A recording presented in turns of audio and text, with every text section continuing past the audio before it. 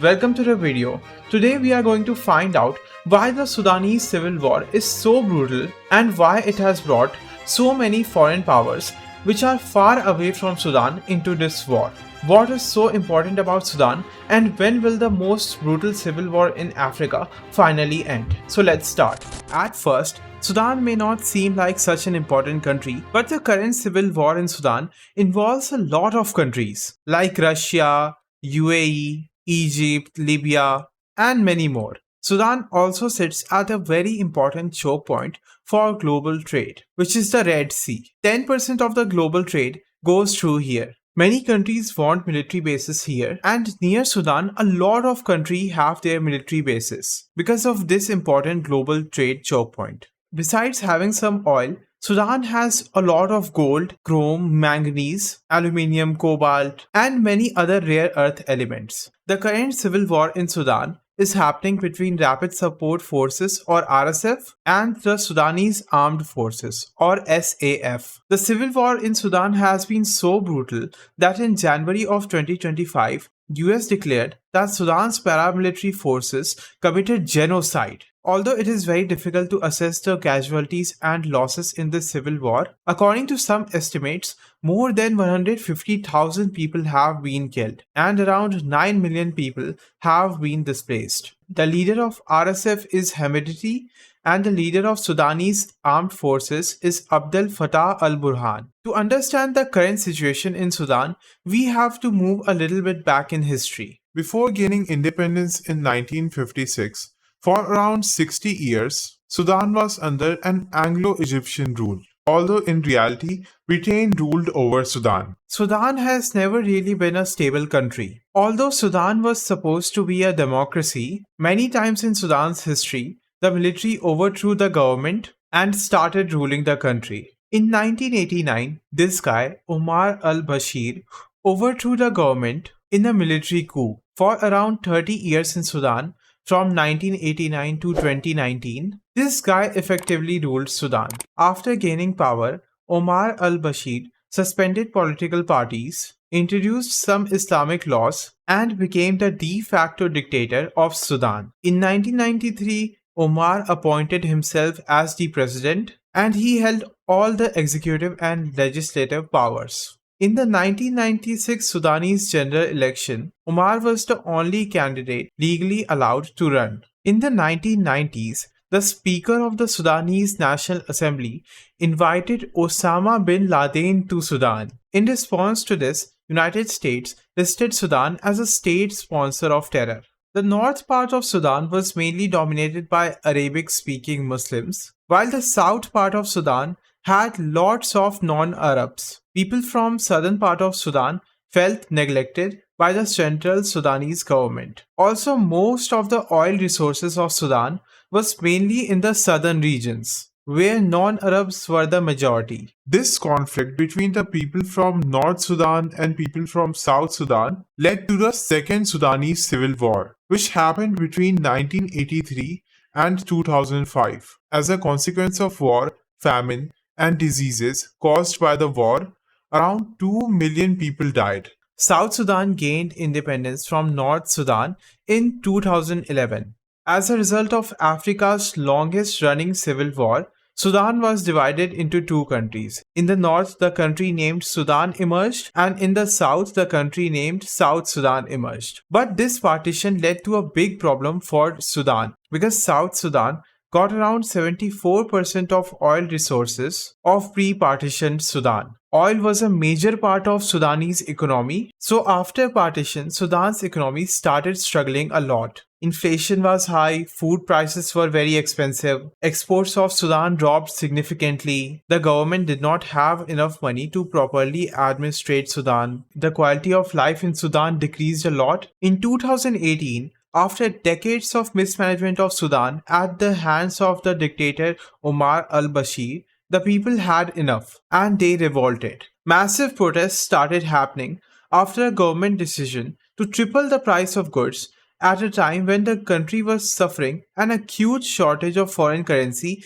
and inflation of 70%. At the face of these massive protests, President al-Bashir refused to step down. As a result of everyone in Sudan hating al-Bashir and al-Bashir refusing to step down, opposition groups of Sudan which had different goals, different policies, and different motives, formed a united coalition. Al Bashir responded to these protests by arresting more than 800 opposition figures, and this led to the death of approximately 40 people, according to Human Rights Watch. When these protests were ongoing, on 11 April 2019, the chiefs of staff decided to intervene and they ordered the arrest of President al Bashir and declared a 3 month state of emergency. Even after al Bashir was overthrown, the protests still continued. On 3rd June, a sit in protest was going on. The security forces of Sudan decided to use tear gas and live ammunition to disperse this sit in protest. This led to the deaths of over 100 people, and this incident is known as Khartoum Massacre. After this incident, Sudan was suspended from the African Union. Finally, the protest came to an end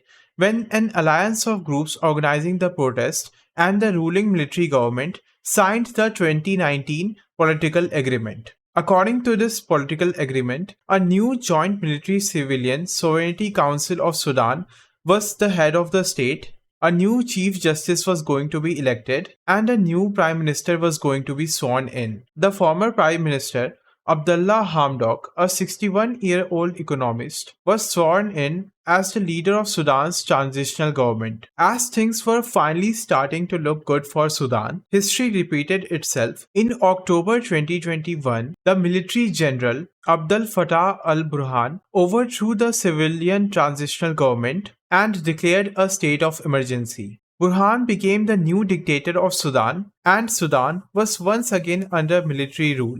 In April 2023, as some plans for a transition to a civilian led government began to emerge, power struggles started happening between Sudan's leader, Burhan, and the deputy leader, Hamidti, who was also the chief of the heavily armed and very rich group known as the Rapid Support Forces. This was the point at which the current civil war in Sudan started happening. On one side of the conflict is the Sudanese armed forces led by Al Burhan, which is this guy. This is the main army of the country of Sudan. Russia has long been a supplier for the Sudanese armed forces. The Sudanese Air Force operates Russian-made aircrafts like the MiG 21, 23, and 29. In the current civil war, by the middle of 2024, Russia started supporting Sudanese armed forces. Relations between SAF and Russia improved, and Russia made various military shipment and military aid offers to the Sudanese armed forces in exchange for a naval base in Port Sudan,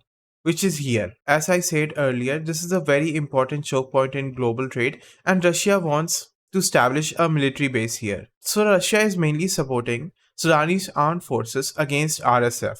Although the Wagner Group, which is a Russian state-funded private military group, has maintained good relations with RSF. Another participant in this civil war, which has been accused of doing genocide by United States, is the Rapid Support Forces, which is led by this guy, General Hamidti. The RSF evolved from a group called the Janjaweed Militias. They fought in a conflict in the 2000s in the Darfur regions of Sudan. This area right here is the Darfur region in Sudan. In the multi-decade rule of Omar al-Bashir, he used the Janjaweed militias to help the army in putting down a rebellion. Around 2.5 million people were displaced and 300,000 people were killed in the conflict of Darfur rebellion. International Criminal Court prosecutors accused government officials and militia commanders of genocide, war crimes, and crimes against humanity for their role in suppressing the Darfur rebellion. RSF also sent some of its fighters to Yemen for aiding Saudi and Emirati forces involved in the Yemen civil war. RSF forces have also intervened in Libya. Sudan's history is very tragic. Sudan has rarely seen peace. There were multiple coups in which the army overthrew the central government. The country suffered a partition between Sudan and South Sudan. There was a civil war involving the Darfur region. And of course, there is the current civil war involving RSF and SAF. In 2023, the army and pro-democracy groups demanded the RSF to integrate with the regular armed forces. So then RSF would come under SAF. Then Hamidti and RSF resisted integration into the army because they would lose power. Hamidti and Burhan were at odds over who would be the commander in chief of the military during a multi year integration period. The RSF said the commander should be the civilian head of state, a situation which the army rejected. Hamidti and RSF also do a lot of business in gold mining, livestock, and infrastructure. This helps in funding RSF. Now again, Sudan is effectively divided into two parts. The right part is controlled by Sudanese armed forces, and the left part is controlled by rapid support forces. The leader of RSF, Hemedti, controls some of Sudan's gold mines and allegedly smuggles it to the United Arab Emirates. Sudanese armed forces have accused the UAE of backing RSF and carrying out drone strikes in Sudan. UAE has denied these allegations. The army has also accused Libyan General Khalifa Haftar of smuggling weapons into Sudan and sending fighters to help RSF. In April 2023, fights broke out between RSF and Sudanese military in the capital of Sudan, Khartoum. It is disputed who fired the first shots, but soon after this, troops, tanks, and planes started coming in this capital because both sides were hell bent on taking the capital of Sudan. The RSF then gained control of the capital of Sudan. SAF moved its headquarters to city of Port Sudan, which is right here. Finally, in May 2025, the army regained Khartoum from RSF. Earlier this year, the Sudanese military government took a case to the ICJ alleging the UAE had been complicit in the genocide of the non-Arab Masalit ethnic groups since the outbreak of the civil war. Although ICJ dismissed the case, saying it had no jurisdiction over it. The humanitarian cost of this conflict has been a lot. The number of people killed from fighting, famine, and disease since the start of this civil war is greatly contested, but some estimates say more than 150,000 people have died because of this civil war. Around 21 million people in Sudan are facing high levels of acute food insecurity, and around 400,000 more are on the brink of starvation, according to the United Nations. Around 1.2 million people have fled to the neighboring countries like Ethiopia, Egypt, and Chad. Reports of mass killings of non-Arab Sudanese have been widespread, with RSF soldiers posting videos to social media of what appears to be extrajudicial killings in mass graves. The Sudan Doctors Network has reported that RSF soldiers were executing anyone found inside of the city's hospitals, turning them into what is called human slaughterhouses. According to the WHO, 460 people were massacred at the Saudi Maternity Hospital.